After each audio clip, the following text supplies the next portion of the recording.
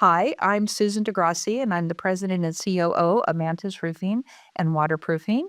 And I am Chastity Copany. I'm the Director of Finance, Accounting, and Business Operations. Thank you for being with us. We're going to be talking about how to hold our employees accountable. In March of 2022, Charles worked with a Vistage chair, and he brought an operating model to Antis that Charles had seen before but never implemented. It's not new. It's been around for many years. In fact, our friends and partners, Rackley Roofing, use it also, among many others, I'm sure. But it's called the Entrepreneurial Operating System, EOS. We all read this book, What the Heck is EOS? It's an allegory about implementing an operating model that recognizes a visionary CEO at the top.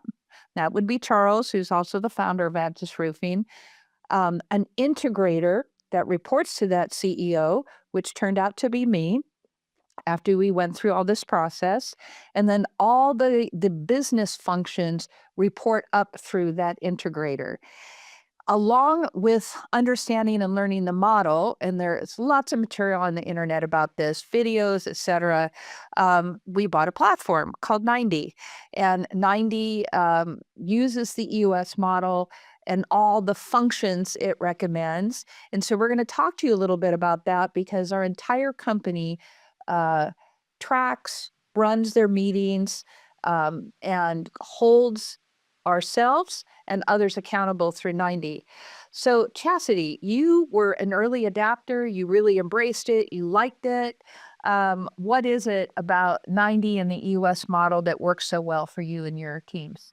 Like you had mentioned, I do have a lot of people reporting to me and I oversee a lot of departments. So for me, it was a way to keep each department organized and myself organized and be able to track, our to-dos, our projects, any issues, and just be able to hold each other accountable of what issue is rising, why it's not completed, and just be able to move those along to completion. And it's just helped me keep organized. So, do you think it takes things out of Excel spreadsheets, out of email, out of constant reminders?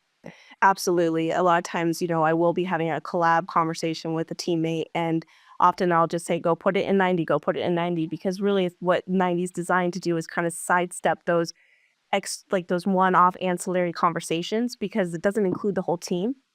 And that it should really include the whole team. That's why the 90 meeting was designed.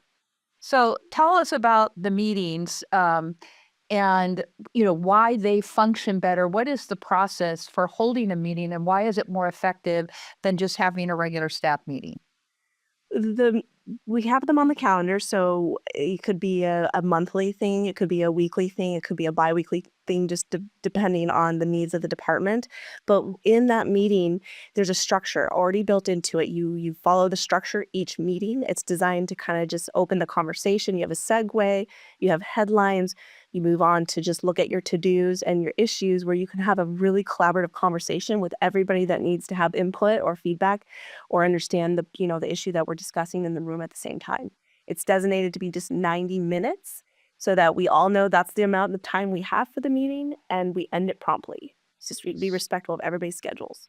So, what if you don't cover everything? If you don't cover everything, you just will either table it to the next meeting, or if there's an emergency or an urgent action item, you created to do with a specific deadline. Very good.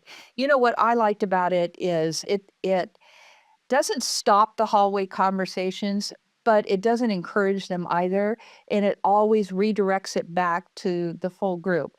The other thing I really saw play out over time was the hold each other accountable part.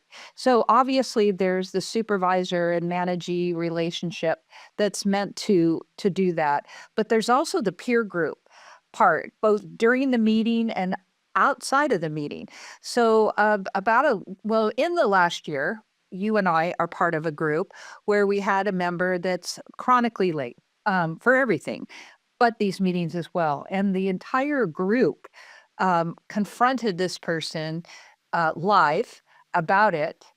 And it was respectful, it was done with love, it was well received, Honest. honest, and that That's how you build performing teams. Uh, you should have healthy conflict. You shouldn't always agree on everything. You should be able to say, "Hey, um, I rely on you, and therefore this is what I need from you." Do you have anything else like that that may be a little story that might have happened with any one of your groups? Well, really, what I notice a lot is when we're in this meeting together, we look at our due dates, and when something's not completed, it does create a conversation and an opportunity for us to either say, we need help with this issue, or I need to renegotiate the due date because I have X, Y, and Z going on, or simply they just didn't do it. And the entire peer group can hear that. And you could then deal with the employee in the way that you need to for performance improvement. But yes, it just holds us accountable.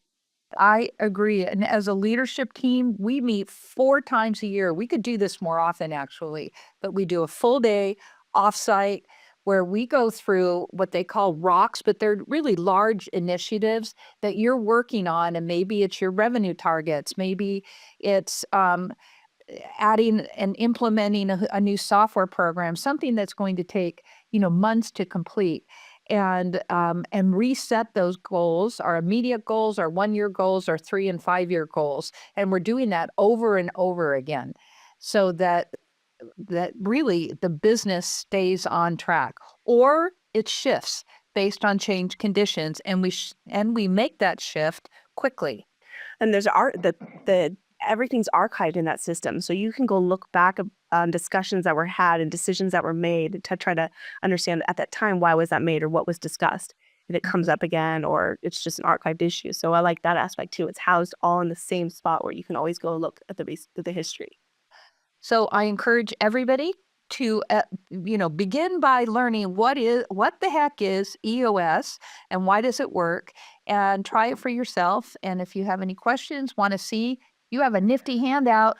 I do. I read the What the Heck is EOS. It's a very fast read. You could read it on the beach, in an hour. But I also created just some really simplified notes that kind of covers everything from start to finish in the system. And I am happy to give anybody a copy that wants one. All right. Thank you.